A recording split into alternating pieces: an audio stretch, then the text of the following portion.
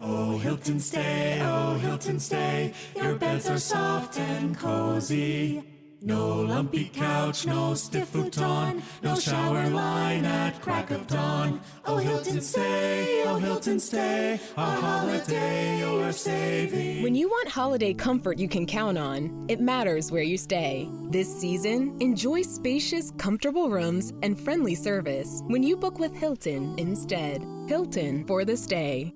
In Walmart Sue Newville, time was ticking away. Only a few nights left till the big holiday. But last-minute gifters had no need to worry. Walmart Express Delivery got their gifts in a hurry. From Nintendo to Nespresso and Lego flowers, they could check off their lists in as fast as an hour. All of Who Newville, East, West, South, and North could order gifts up until 5 p.m. on December 24th. So this holiday, just do as the Who's do. With gift delivery this fast, they all gasped. From Walmart, who knew? Subject to availability, terms and fees apply.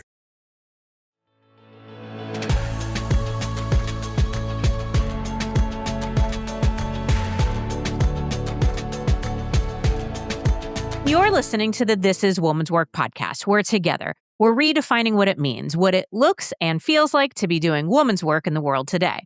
With confidence, curiosity, and the occasional desperate plea to the universe to just have 20 minutes of quiet where nobody needs anything from us, right?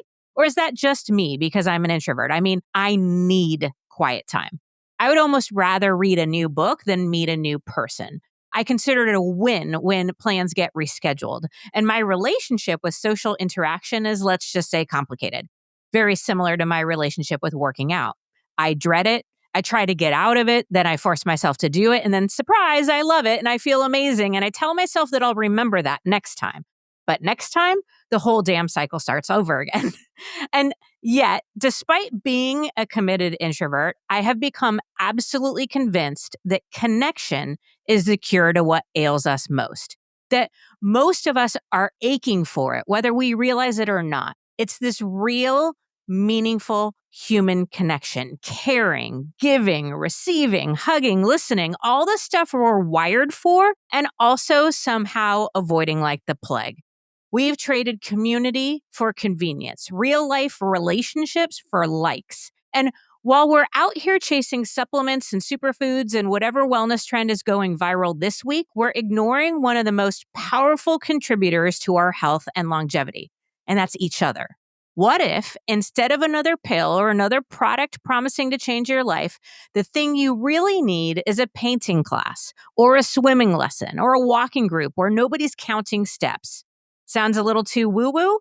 Or something that your most extroverted friend, the one who just won't shut up about whatever it is that's working for her, would suggest? Well, here's the deal. There is science behind this. There's data. There are actual prescriptions being written for these very things. And the woman on the cutting edge of these social prescriptions is our guest today. Julia Hotz is a journalist, TEDx speaker, and author of The Connection Cure, the first book chronicling the science, stories, and spread of social prescribing. She works with the Solutions Journalism Network and advises global health organizations like Walk with a Doc and Social Prescribing USA. Jules has taught in medical schools, advised policymakers, and given keynote speeches around the world. And today, she's here to help us explore what happens when we stop asking, "What's the matter with you?" and start asking, "What matters to you?" So thank you for being here. I'm going to kick us off by asking you to explain what social prescription is and a bit about the science that's supporting it so we can understand what it is that we're actually talking about here. Wow. First of all, what an amazing introduction. That was so good. And there's so many things in there that I really want to touch on. As a woman in my 30s who also feels like I just need a minute. There's no time. What the heck is this social prescribing business? How am I going to add that to my busy schedule? I totally relate to all that. And this leads us to what actually is social prescribing. And at first, I had kind of heard the name and assumed that, wow, doctors are prescribing us. They're basically forcing us to make friends. They're forcing us to socialize. And what I learned is actually that's not where the name comes from. The name social prescribing comes from this idea that up to 80% of our health is socially determined, meaning only 20% of our health comes down to what happens in the doctor's office. The other 80% is a matter of how stressed we are. What's our lifestyle? Do we have access to green space? All of these social, environmental factors. So, a social prescription then is any non medical resource or activity that seeks to address our social determinants of health. It could be everything from an art class to cycling lessons to support for food and housing and, childcare. All of these are considered social prescriptions.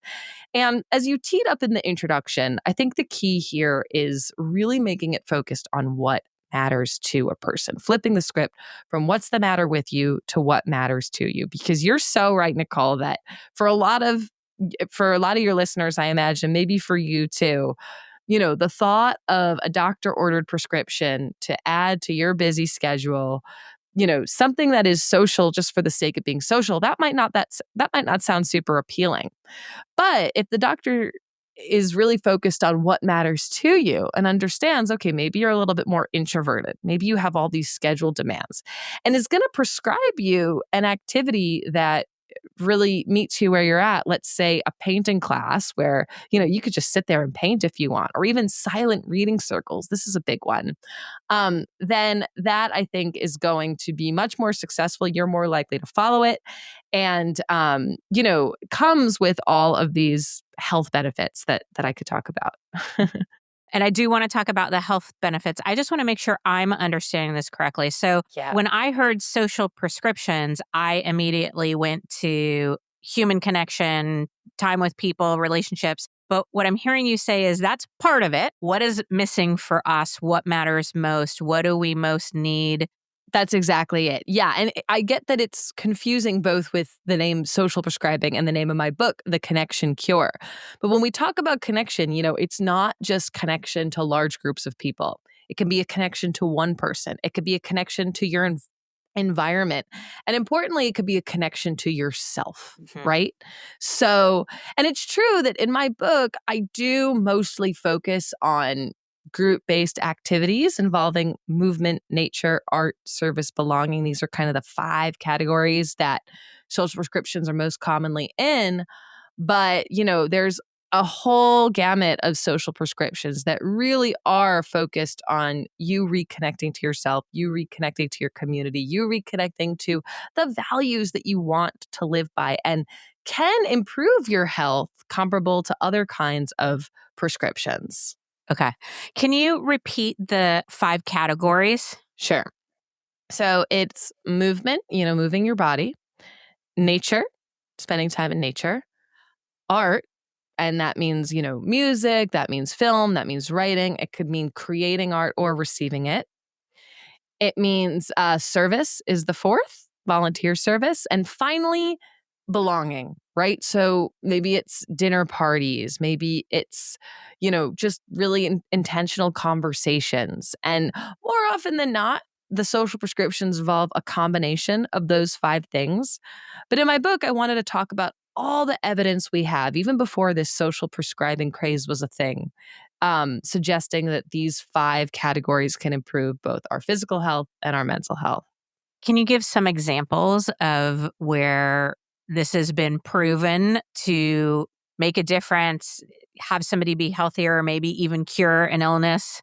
Yeah, well, based on your again fantastic intro, I will share an example that I imagine most of your listeners can relate to. And it talks about this woman named Heather who works 3 jobs, is the primary caregiver for her grandparents, is busy and, is starting to feel in her body the effects of that busyness and constant stress. She starts having insomnia. She starts having these heart palpitations, and she goes to the doctor. And what does the doctor tell her? Heather, I think you're stressed. And Heather says, Shocking. yeah, doc, I could have told you that. Like, I'm sure your listeners have heard this tale before because all of our modern lives, particularly the lives of women in this, sort of age group, are stressful. But instead of just saying, be less stressed, this doctor happened to buy into a local nature prescribing program. And this was really important for Heather in particular, because if you had asked Heather what mattered to her, if Heather had 2 more hours in the week, what would she spend it doing? What did she love to do as a kid? It was spending time in nature. And so the doctor actually prescribes her this 10-week sort of nature prescription course where they do everything from nature walks to nature poetry to park cleanups.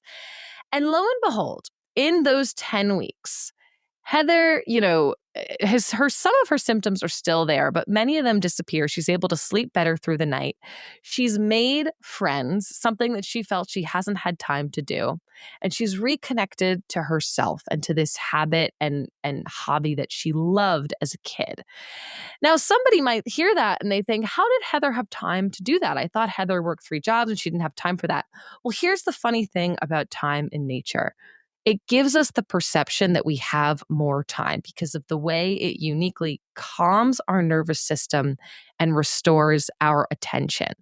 This is not just hearsay. I mean, anecdotally, I'm sure you can imagine that most people, when they spend some time in nature, away from their emails, away from their phones, away from the many stresses of modern life, anecdotally, they feel better. But there's some really interesting research suggesting that when we spend time in nature, our levels of cortisol production, the stress hormone, decrease. We decrease activity in our subgenual prefrontal cortex, which is the part of the brain associated with rumination.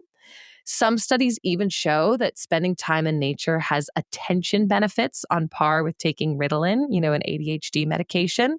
So time and time again, we're seeing this. And that's just one example of how, the doctor could have just said, hey, Heather, you're stressed. Maybe try spending some more time in nature. But the social prescription for this specific 10-week course where there's people like her meeting once a week, I think is what made the difference here. Yeah. Again, I think we can all relate to the stress and the busyness. I mean, I go to a doctor and I think there's just an automatic assumption that I'm going to be stressed, right? And like I have to, I'm like, no, I'm not particularly feeling stressed right now. And they're like shocked by it, right? But what I find maybe challenging, and maybe this just is a me thing, but when we think about movement, art, nature, belonging, service, there are things in all of those categories that I think we do because we think we're supposed to or because we have to. Right. It feels like some of the social prescription is about figuring out what matters most. So it's less about have to and more about want to. Yeah. How the hell do we figure out what we want to do? I mean, we're so busy. I don't think we know that anymore. We know all the things we have to do. We know all the things we should do, what we're supposed to do. How do we figure out what we want to do? And is that an important element of figuring out what our social prescription might be? Oh gosh, I love these questions. And, first of all, I just want to say that is absolutely true, particularly for movement and exercise. It is not a novel idea that, hey, we should be moving our bodies more. I mean, doctors have been telling us that for 50 years. Yeah. But I talk in my book about the history of how we've gone about this the wrong way. Moving our bodies used to be a fun thing. It used to be a free thing. It used to be a thing where we didn't feel shame or stigma about our bodies.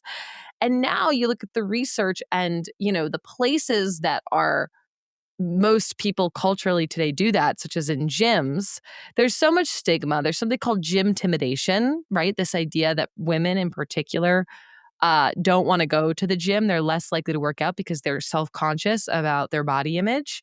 Gyms are also really expensive and let's be honest, not that fun, right? Yeah. I mean, I talk in my book about how I remember being a kid in gym class growing up and having to do run the mile or do these push-ups and strength tests.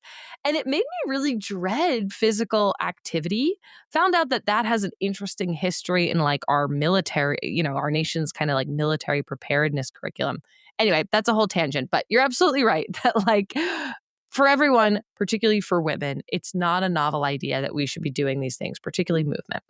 But when we flip the script and we say, this is not a what you should do. This is what do you want to do? The conversation changes. And on my website, socialprescribing.co, which is, the website that chronicles the research and the resources of the book, I recommend some specific questions you could ask. I think I've already sort of referenced two of them, which is if you had 2 more hours in the week and you couldn't say sleeping, what would you spend it doing? What was something that you loved to do as a kid but haven't had a chance to do since? What was the last activity you engaged in that you felt in a complete state of flow, like nothing could interrupt your attention? And it may take a little digging. And, even as I ask those, nothing might be coming up. There's like a bunch of, I think 10 questions on the website you could ask. But sometimes it also helps to lead with the opposite. What are you struggling with? Are you struggling with your attention? Well, then time and nature has been shown to really help with that. And I recommend, 20 different activities you can do in nature. Are you struggling with anxiety? Are you struggling with something you're worried about? Well, creating art and engaging with the arts has been shown to really help with managing anxiety. Are you feeling stuck? Are you feeling sad? In my book, I talk about getting over a breakup. Well, actually, moving our bodies has been shown to be really, really good for that. So I think you could approach it in either of those two ways, either the what matters to you or, what's a part of your life that you'd like to improve.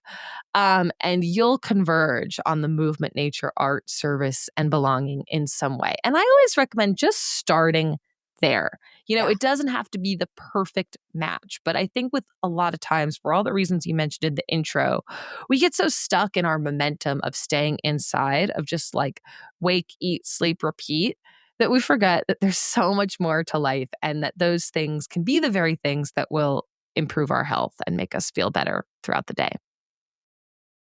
Sex is a skill. And like any skill, it can be learned, practiced, and mastered. Bet you never thought about it like that, right? Because somehow, somewhere, women were told we're supposed to magically know everything about sex, intimacy, desire, and pleasure. All, of course, while looking goddess-like. Meanwhile, nobody expects us to pick up a violin and play without a single lesson. And that's why Beducated exists. Think of it as the masterclass library your sex ed should have been. Over 150 courses created by top experts on everything from building real intimacy to exploring new territory. Whether you're thinking, I want more connection, or I want to change things up, or I just want to stop second-guessing what I'm doing, Beducated has you covered. And because it's December and it's so freaking cold, here's your chance to turn up the heat in the best way. Sign up for Beducated at beducate.me and use code WOMAN'SWORK to get 50% off the yearly pass locked in for life. Yes, forever. It also comes with a 14-day money-back guarantee, so it's completely risk-free. Click the link in show notes, get Beducated, and make this winter your hottest one yet. December is chaos. And then if we're lucky, it slows. And what I look forward to most right now is being home, being in something soft, moving from the couch to the bed and back again, wrapped in comfort and actually resting. That's what success looks like, and Cozy Earth has us covered. Their bamboo sheets are the softest and the coziest without the overheating, and you know that matters. And the Cozy Earth house coat and pajamas are my favorites for movie nights, reading, and doing absolutely nothing. Cozy Earth has basically provided my winter uniform. So head on over to CozyEarth.com and use code WOMAN'SWORK for up to 20% off. Because if Woman's Work had a uniform, it would be this. That's CozyEarth.com, promo code WOMAN'SWORK. Give yourself and the people you love the gift of comfort that lasts well beyond the holidays and into a very cozy new year. Pure Hydration has made a big difference for me, and apparently for JJ too, who is not only drinking more water, she's also giving away half her packets to teammates like she's running some sort of underground hydration ring.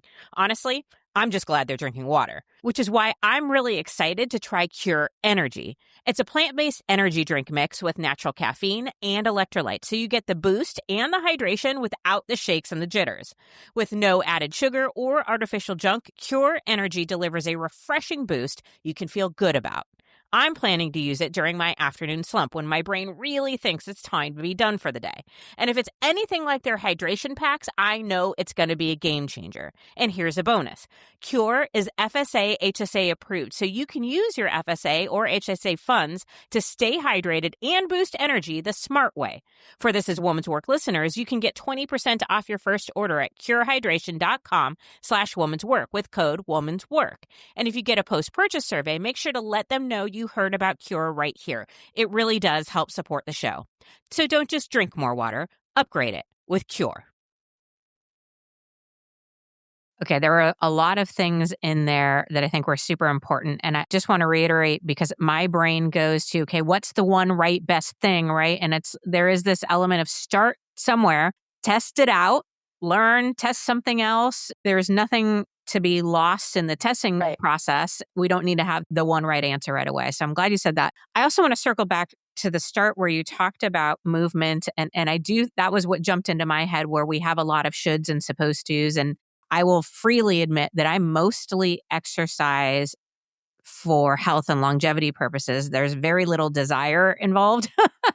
I feel good on the other side of doing it, but I never want to do it. And it is interesting because when you think about movement and exercise, a lot of times we're associating it now with gyms, lifting weights, exercise programs. But when we look at the healthiest places on the planet or blue zones, these are not places that are known for their exceptional gyms or like that they're lifting weights all the time. Yeah. They move in a very natural way in that they're walking everywhere, they're lifting and farming and gardening and they're doing their movement and it's one of the reasons I love traveling so much. I like traveling and walking everywhere and, Totally. spending hours meandering but that's not my approach to movement at home. My approach to movement at home is, I go to this strength training class twice a week and I run on the treadmill and I lift these weights. It's really interesting. I think I have a social prescription for you, Nicole, based on something you just shared, which is that I'm hearing what matters to you is traveling, is seeing new places, is walking everywhere, is discovering. And I am totally with you, right? That is such a joy to me. But what I've started to do there's actually like a bunch of articles about this now, people posting about their dreamy European summer vacation, and then people who are like romanticizing life at home. And I would say I would socially prescribe you walks to places near you that you've never been before, trying to get some of that wonder and allure of travel while sneaking in the walking bit, the working out bit, because you're absolutely right that walking is so many doctors I spoke to said this. It is like the super drug of all super drugs. There's one thing you could just universally prescribe, it would be more walking. And so if that's something I'm hearing you say you love in other settings, why not apply that a bit more locally? And, I think you'll be surprised at the way that I'm so with you. I just came from a strength training class. I have this notion that, gosh, I need to like pack it in and then do all the other stuff.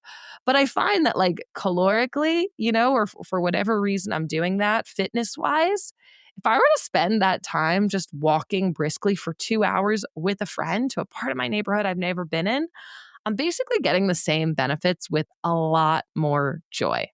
I wonder too if there is a little bit of a combination opportunity. Like I can still do my 2 strength classes a Oh, week, totally. but I think the discovery part of it or the with a friend part of it is a key mental shift. Because often when I think about walking at home, not when I'm traveling, I think about it from a how long, how fast, how hard am I going to push myself, as opposed to thinking about it the same way I do when I'm traveling, which is discovery, companionship, seeing new things, no time, no distance. Like we just walk until we get where we're going and then we walk some more if we feel like it. Just taking a different approach with just that element, I think, is a social prescription worth trying. Totally with you. It doesn't have to be all or nothing, maybe just starting with that. But I think when you start to apply that logic to a lot of things, a lot of parts of life that seem unpleasurable and like we're just doing it for the health benefits, is there a social prescribing switch you can make that will make it more tailored to what matters to you?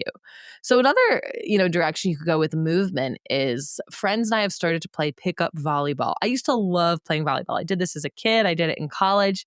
I ended up just getting one of those nets, starting a group text and saying, hey, who wants to come play? And the jumping and lifting and aerobic, benefits I'm getting from that, again, so much more joy than a smelly, sweaty gym class. And look, no shade on gym class. That could be what matters to a lot of your listeners. But, my book really talks about the way that shift It used to be so natural for us to move our bodies. It used to be easy. It used to be accessible. It used to be free. And it used to be a welcoming, fun environment. And the forces of capitalism and others, have made it become this undesirable thing. And it just totally doesn't have to be that way. Okay, speaking of the forces of capitalism, what are the benefits or the resistance to social prescriptions? Because it doesn't cost anything, right? So, like, obviously, pharmaceutical companies make more money when drugs are prescribed. I don't know if other countries are ahead of the curve on this, or Yeah. basically what I'm asking is what are you seeing when it comes to overall healthcare impacts and what's happening in other parts of the world when it comes to social prescribing? Mm, yeah, great question. And a couple things there. So, this idea that it doesn't cost anything, it's true there are versions of movement, nature, art, service, and belonging that you can prescribe yourself that don't cost anything. And I talk about them in part 3 of my book. There's a bunch of examples on my website.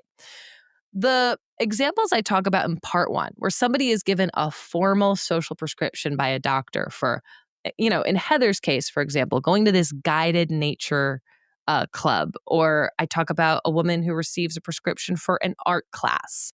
There are some costs there of Yeah, running good those point. nonprofits. Yep. And in most places where there are social prescriptions, I mean, I talk about it, it's happening in 32 countries. The vast majority of them have a national healthcare system where, it's being covered by the national healthcare system, the cost of that, the same way that pharmaceutical medication or therapy would be covered by a national healthcare system. And the reason why national healthcare systems are investing in this is because the data is so promising. Not only are we seeing better health outcomes from social prescriptions, but we're seeing that it prevents, future potentially more costly illnesses down the line. It lowers repeat visits for emergency rooms and hospitalizations. Over time, reduces the costs of care. So that's all well and good. But like you, being from the United States, I went into this with how the hell is this good? Oh, yeah, I can curse. How the hell is this going to happen here? How the hell is this going to work in the United States where we not only don't have like a national health service? I mean, we do for things like Medicare and Medicaid, but by and large, we don't.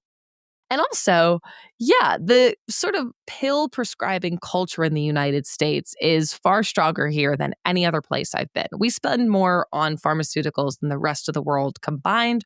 We're the only country besides New Zealand where pharmaceuticals are allowed to advertise directly to consumers.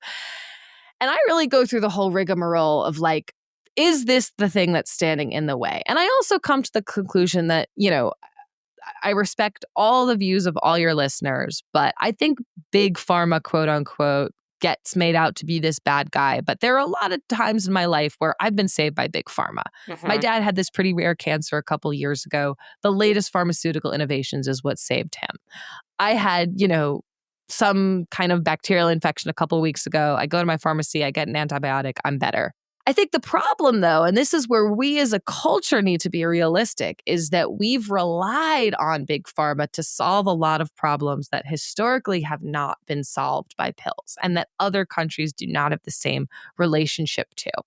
And it's true that because of all the, advertising and sort of unique conditions of capitalism in the United States, big pharma does play a pretty big cultural role in how we view health and healthcare.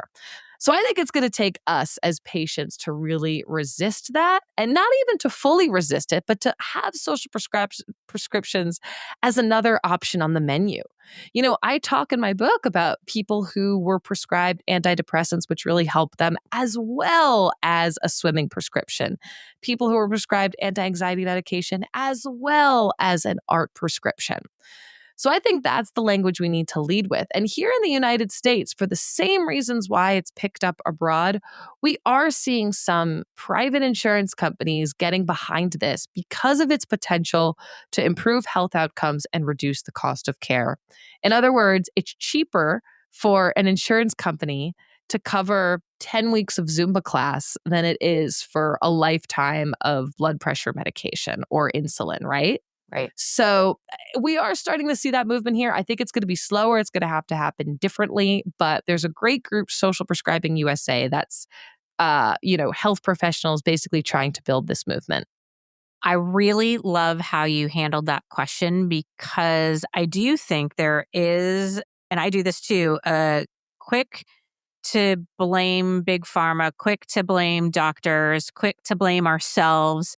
And the reality is we're all contributing Right. to where we are. And therefore, we all have to be part of the solution of where we are. Totally. And, a lot of this too is on us to figure out what works for us and when we take the medication because we need to, and when we choose to be responsible for our overall health and longevity, the things that we can control.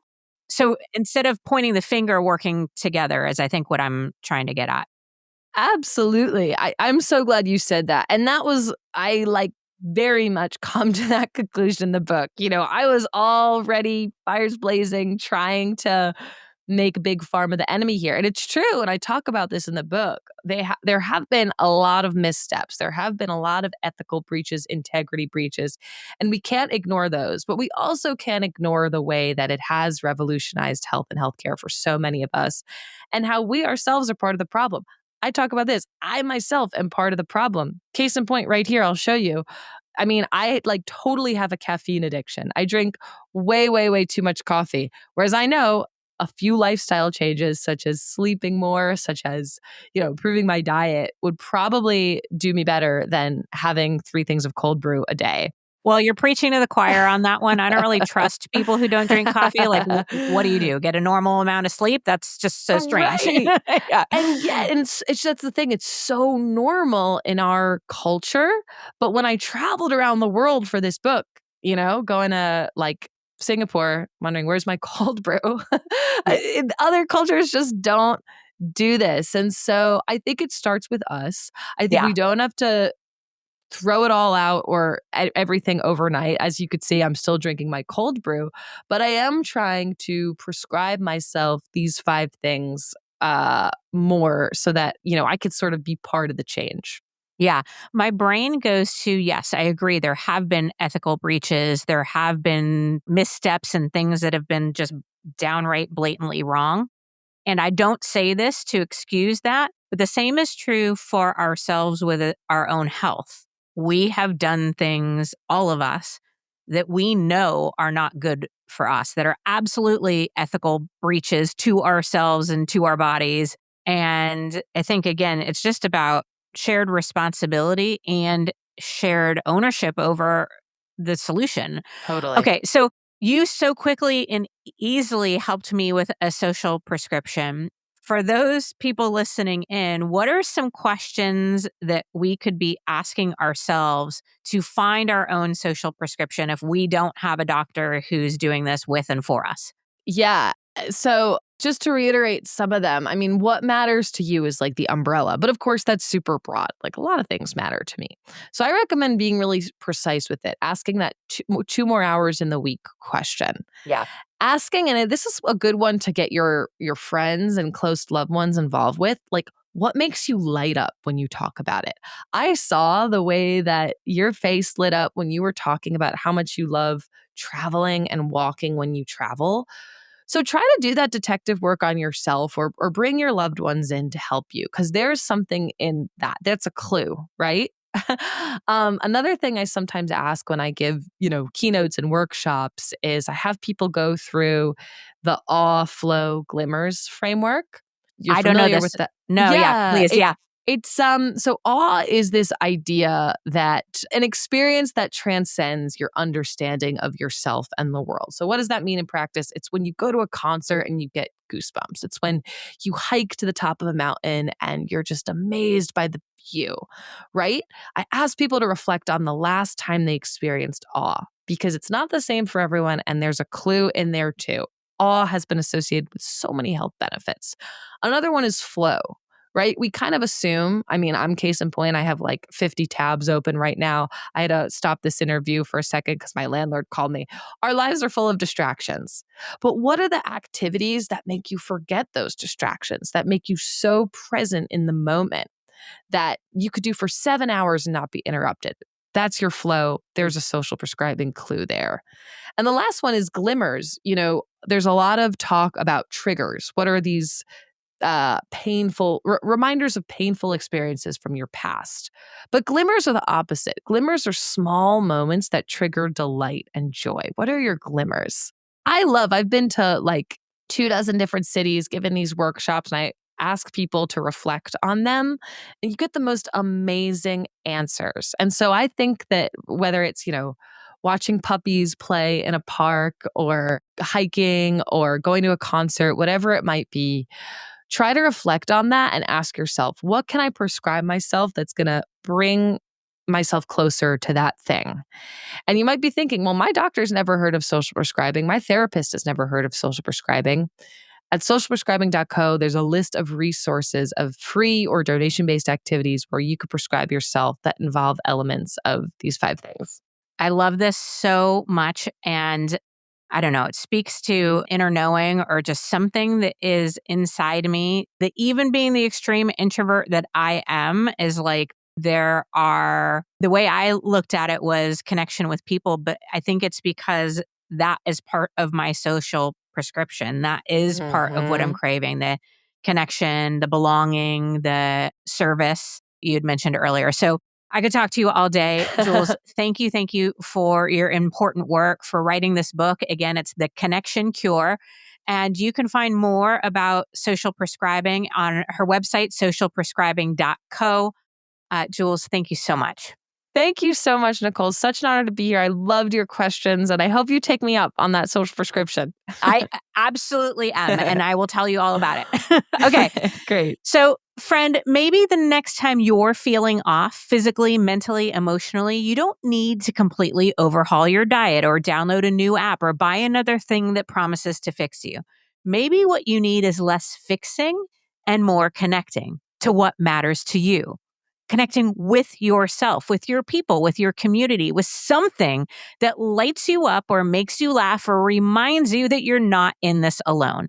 I'm not suggesting that people don't take the medication they need or that every illness can be cured with connection, only that it's possible for many of us that the support we're looking for isn't just found in a bottle or in a protocol, but maybe in a shared meal or a walk or a creative workshop or a call to somebody who just gets you. Ask yourself, where is your awe, your flow, and where are the glimmers? Because what if the cure isn't something we take, but something we do? Connection isn't a luxury, it's medicine. And maybe, and by maybe, I mean abso-fucking-lutely, connection is also woman's work.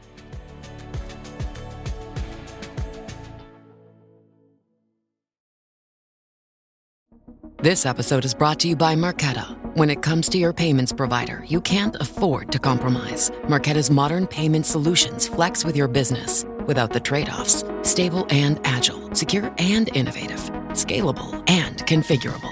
If they say you can't have it all, don't believe them. Your business demands more. Choose a payments provider that delivers more. Choose Marqeta. Visit marqeta.com/Spotify to learn more. Hey, Ryan Reynolds here for Mint Mobile. One of the perks about having 4 kids that you know about is actually getting a direct line to the big man up north. Mm-hmm. And this year, he wants you to know the best gift that you can give someone is the gift of Mint Mobile's unlimited wireless for $15 a month. Now, you don't even need to wrap it. Give it a try at mintmobile.com/switch. Upfront payment of $45 for 3-month plan, equivalent to $15 per month required. New customer offer for first 3 months only. Speed slow after 35 gigabytes if network's busy. Taxes and fees extra. See mintmobile.com.